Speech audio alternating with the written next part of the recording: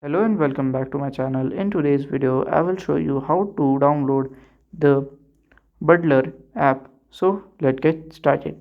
So here you have to follow the simple steps. So when you will just open your Google Play Store, press open it.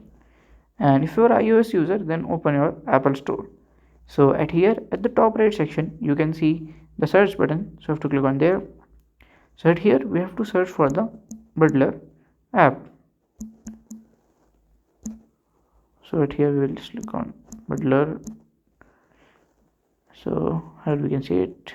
So if you can't see, so here you will just like here we can see it. So here we can see it. So we'll just click on I button.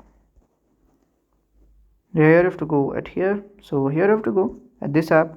Then you have to click on the install button and you can install the app. So by this way you can just download the install the app. So if you find this video helpful, make sure you like, subscribe and share the video. Thank you for watching.